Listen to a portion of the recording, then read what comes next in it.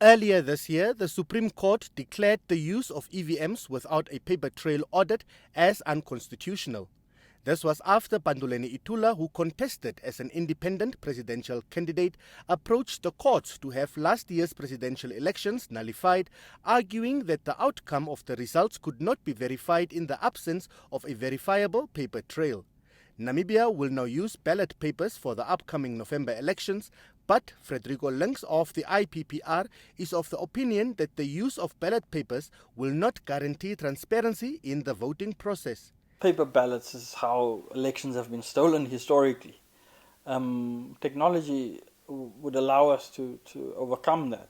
Head of the Electoral Commission, Theo Mujoro, is still adamant that the use of EVMs is the best option if a verifiable paper trail is used. People went to India, members of parliament, representatives of political parties traveled to India to see this technology, and there was agreement based on the bad experiences that we had as a country with the manual ballot papers.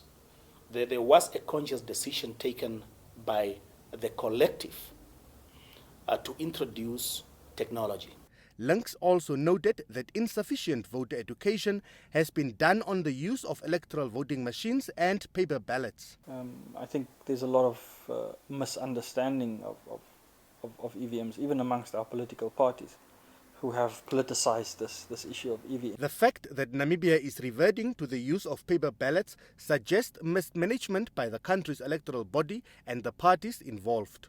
The relevant government department, the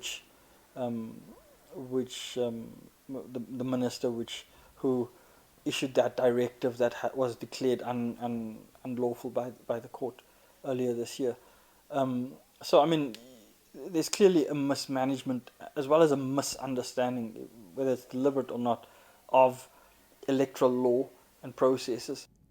Although the Supreme Court declared the use of EVMs without paper trail unconstitutional, no evidence was placed before the court suggesting that the use of the machines affected the overall outcome of the election results. Accordingly, the Supreme Court upheld the results of last year's elections. Namibia is going to the polls on the 25th of November. Emil Sebeb, NBC News, Windhoek.